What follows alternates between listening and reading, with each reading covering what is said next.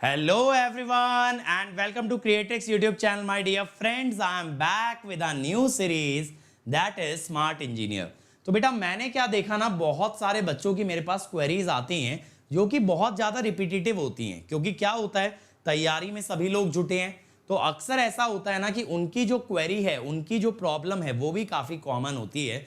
तो मैंने सोचा क्यों ना तैयारी से जुड़ी सारी प्रॉब्लम्स का सॉल्यूशन मैं आप लोगों को प्रोवाइड करूं, जिससे कि जब कभी आपके माइंड में डाउट अराइज हो, अभी तक हो सकता है हो गया हो या आगे होने वाला हो, तो आपके पास रेडीमेड सॉल्यूशन रहेगा। आपको वेट नहीं करना पड़ेगा मुझसे मिलने का, मुझसे बात करने का। आपके पास हमेशा एक सॉल्यूशन होगा कि भैया ये काम कैसे और कब होगा।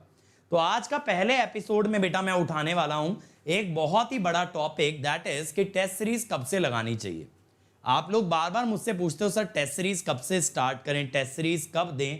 तो इस क्वेश्चन का आंसर आपको आज मैं इस वीडियो के अंदर देने वाला हूं। तो let me first start by introducing my self. My name is Ankit Goyal. I got All India Rank 1 twice in GATE in 2014 and 18. I was awarded gold medal by President of India in the year 2013 when I graduated from IIT. और आज तक मैं 2 लाख से भी ज्यादा बच्चों को train कर चुका हूं फॉर गेट एंड DSE, और अभी मैं अनअकैडमी में एज अ डायरेक्टर वर्क कर रहा हूं फॉर गेट डिपार्टमेंट। अब देखो यार, आपको अगर हमारी टीम के साथ कंप्लीटली जुड़ना है तो आपको हमारे साथ YouTube के अलावा अनअकैडमी ऐप पे भी जुड़ना होगा। तो अनअकैडमी ऐप इंस्टॉल करो और हमारे वहां पे भी फ्री इनिशिएटिव्स का हिस्सा बनो। सिंपली आपको क्या करना है, ऐप इंस्टॉल करनी है, जो भी फ्री इनिशिएटिव आपको अच्छा लगता है क्लिक करो, उसे अनलॉक करो using the invite code Ankit ESE, जो कि ये बताता है आपको अंकित सर ने प्लेटफॉर्म पे इनवाइट किया है। ठीक है, चलो तो बेटा सबसे पहले मैं बात करता हूं ना पार्ट टेस्ट की। देखो टेस्ट सीरीज के अंदर 3 तरह के टेस्ट बेसिकली डिवाइडेड होते हैं। पहला होता है पार्ट टेस्ट। पार्ट टेस्ट यानी कि वो टेस्ट जिसके अंदर सिलेबस का कुछ हिस्सा आता है। जैसे मान लो मशीन्स का टेस्ट हुआ तो ट्रांसफॉर्मर आ गया, DC आ गया, इस टाइप से, यानी कि कंप्लीट सब्जेक्ट ना आते हुए सब्जेक्ट का अगर कुछ पार्ट आता है, that is called as a part test. तो बेटा देखो, आप लोग टेस्ट सीरीज को ना ये सोचते हो कि जब तैयारी पूरी हो जाएगी तो हम टेस्ट सीरीज देना स्टार्ट कर देंगे। अभी कॉन्फिडेंस नहीं आ रहा, अभी तैयारी अप टू द मार्क नहीं है, तो मैं अभी दे नहीं पाऊंगा। ये आपका थॉट प्रोसेस रहता है, लेकिन ये गलत है। आपको क्या सोचना है ना, अभी जितनी तैयारी हो चुकी उसके टेस्ट तो लगा लूं।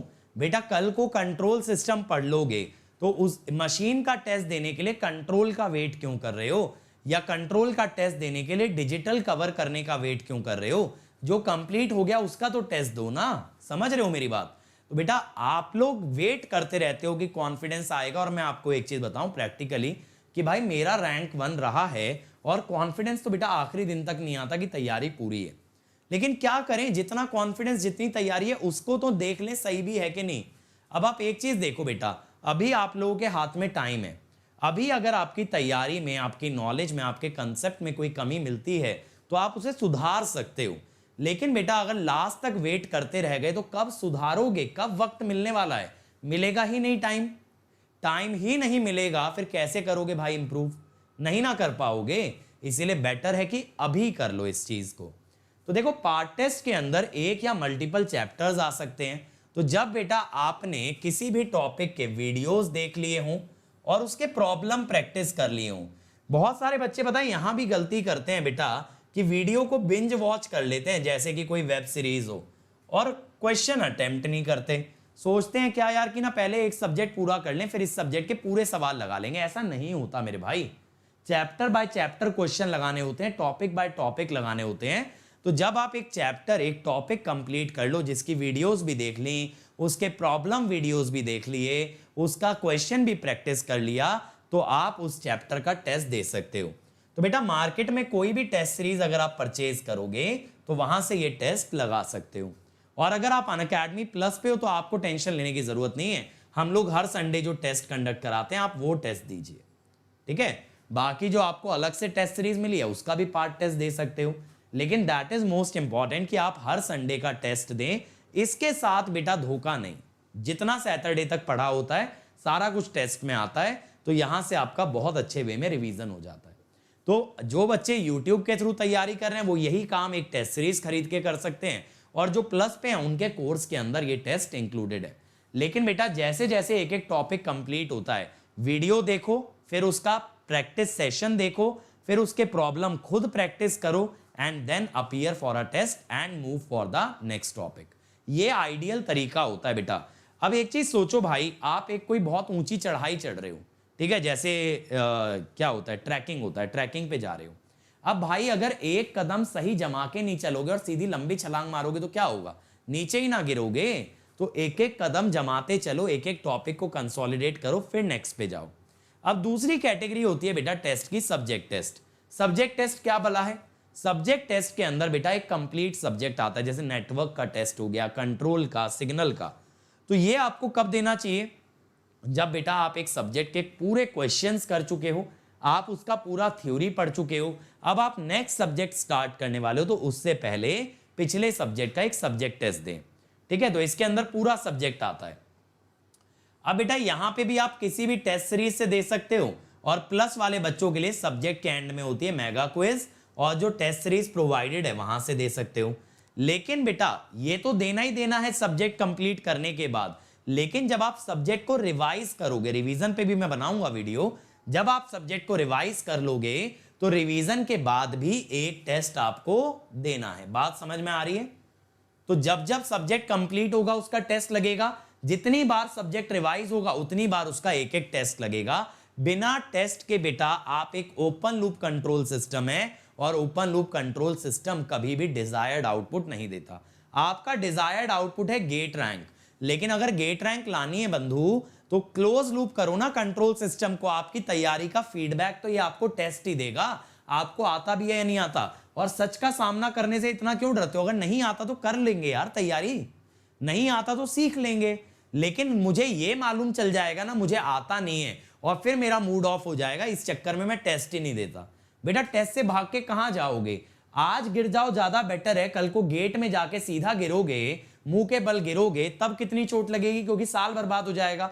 आज तो अगर एक टेस्ट में मार्क्स नहीं आए, दोबारा तैयारी करके दूसरा टेस्ट दे सकता हूं, वहां सुधार हो सकता है, लेकिन गेट में दूसरा मौका 1 साल के बाद मिलेगा। तो क्यों भाग रहे हो मेरे भाई? इवेंचुअली तो टेस्ट देना ही है ना।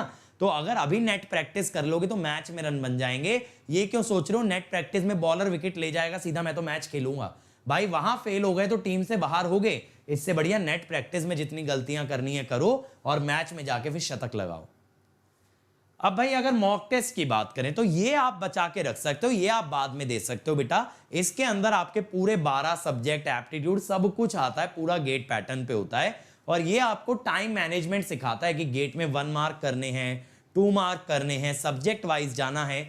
यहां पे आप अपने सारे हथकंडे आजमा सकते हो कि पहले 1 मार्क से शुरू कर लिया, पहले एप्टी से शुरू कर लिया, पहले टेक्निकल से शुरू कर लिया, पहले हो सकता है नेटवर्क या कंट्रोल से शुरू कर लिया। तो जो आपको स्ट्रेटेजी सही लगे आप ट्राई आउट करते रहना इसके अंदर, और ये आपको बताएगा आपको कौन सी स्ट्रेटेजी बेस्ट सूट कर रही है, आप मैक्सिमम मार्क्स किस केस में ला रहे हो। लेकिन मॉक टेस्ट आप तब दे सकते हो जब बेटा आपका 80 to 90% सिलेबस कंप्लीट हो जाए। मैं ये कहूंगा आइडियली 80 to 85 मार्क्स की तैयारी हो चुकी ना तो मॉक टेस्ट दो। ज्यादा से ज्यादा क्या होगा, 100 में से 30 ले आओगे, 35 ले आओगे, लेकिन अपनी कमी जान के अगले में तो 40 लाऊंगा, फिर अगले में 45 लाऊंगा। बेटा ये इंप्रूवमेंट करने के लिए जल्दी शुरू करोगे ज्यादा दूर तक चलोगे, अगर लेट शुरू करोगे तो थोड़ा ही इंप्रूवमेंट आ पाएगा। तो इंप्रूवमेंट अगर लाना है तो जल्दी शुरू करना जरूरी है। तो इनको आप ना दिसंबर मिड या जैन बिगिनिंग से स्टार्ट कर सकते हो। तो पार्ट टेस्ट और सब्जेक्ट टेस्ट को साथ लेके चलना है, मॉक टेस्ट आप बाद में दे सकते हो, उसकी कोई जल्दी नहीं है। और दिसंबर में एक एक दिन छोड़ के दे देना, जैसे MWF इस तरह से दे देना, क्योंकि जो बीच का दिन छोड़ोगे ना उसमें आप रिवाइज करोगे।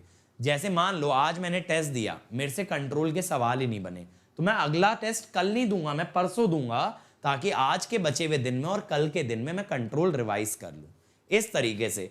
क्योंकि बेटा 2 टेस्ट के बीच में अगर आप रिवीजन नहीं करते हो, मेहनत नहीं करते हो, तो अगले टेस्ट में मार्क्स में इंप्रूवमेंट नहीं मिलेगा। आपका टारगेट ये होना चाहिए 20 से 25 मॉक टेस्ट आपको गेट से पहले देने हैं। तो दिसंबर में 6-7 भी लगा लोगे तो काफी है, बाकी जनवरी में 20 टेस्ट और लगा लेना, हो जाएंगे 25।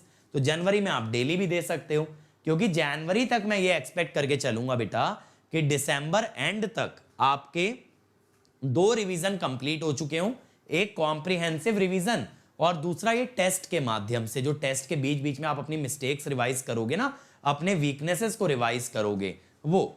तो वो रिवीजन और एक कॉम्प्रिहेंसिव एक बार पूरा सब्जेक्ट 100 क्वेश्चन के साथ रिवाइज हो चुका हो, रिवीजन पे भी वीडियो आएगा, डोंट वरी। तो वो चीजें हो चुकी होंगी जनवरी तक। अब जनवरी में डेली भी दोगे ना तो भी दे सकते हो, क्योंकि 2 बार रिवाइज ऑलरेडी कर चुके हो। और हर बार अपनी परफॉर्मेंस को एनालाइज करना है अगले मॉक टेस्ट से पहले। कैसे होता है सर ये भी वीडियो बनाएंगे, बट बेटा ये जो सीरीज है ना, ये ऐसे ही छोटे छोटे वीडियोस पे रहेगी जो कि आपके बहुत सारे कॉमन क्वेश्चंस का आंसर बनेगी। तो यहां पे आप अपनी परफॉर्मेंस को एनालाइज करेंगे, अपनी वीकनेसेस जानेंगे, उनको रिवाइज करेंगे और तब जाकर के आप अगला मॉक टेस्ट देंगे। तो ये हुआ भाई आपके एक बड़े से क्वेश्चन का जवाब कि टेस्ट सीरीज कब देनी चाहिए। ठीक है, तो उम्मीद करता हूं ये बात सबको समझ आई होगी, और अब से ही भले ही, लेकिन आप आगे इसको फॉलो कर पाओगे, क्योंकि फॉलो करोगे तभी आगे जाओगे। ठीक है, और बच्चों देखो आप लोग मेरे साथ मेरी स्पेशल क्लासेस में भी जुड़ सकते हो। मैं डेली 2 PM आपको मशीन्स के क्वेश्चन प्रैक्टिस कराता हूं फ्रॉम PS भीमरा। उसका लिंक आपको ना इस लिंक पे जाके अपकमिंग में मिल जाएगा, और अगर मेरी पुरानी कोई क्लास देखनी है तो वो भी आपको वेल अरेंज मिलने वाली है। और याद रहे बेटा 22 तारीख को होने वाला है कॉम्बैट, तो कॉम्बैट में एनरोल कर लीजिए, link is in the description using the code Ankit ESE। Combat में मचाओगे तो you can even get 100% scholarship. और ये नया बैच स्टार्ट हो रहा है, इसमें कंट्रोल स्टार्ट कर रहे हैं अजय सर, और दूसरे बैच में EMT स्टार्ट कर रहे हैं रेड्डी सर। तो 1 batch is for GATE 2023 and 1 is for GATE 2022, जिसमें अजय सर नया बैच स्टार्ट कर रहे हैं।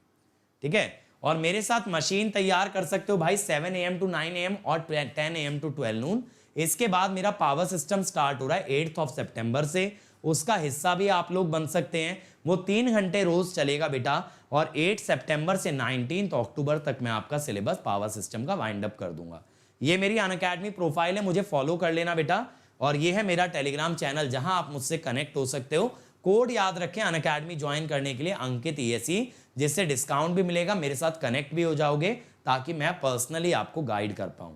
और अगर हमारी वीडियो में कोई भी चीज इनएप्रोप्रिएट लगती है विच इज डिफेमेटरी, तो please reported, action will be taken and you will be rewarded. Form link is given in the description. Thank you everyone. Video अच्छी लगी हो तो लाइक शेयर जरूर ठोक देना यार, और बेल आइकन दबा देना ताकि नोटिफिकेशन आता रहे। और चैनल को सब्सक्राइब नहीं किया है तो सब्सक्राइब कर लो मेरे दोस्त। इसी तरह का मजेदार धमाकेदार कंटेंट आपके लिए और भी बहुत सारा प्लान्ड है, जो कि समय समय पे आपको मिलता रहेगा। और आप लोग इस साल गेट और ESE को कॉन्कर करने वाले हो, that is a promise. Let's crack it.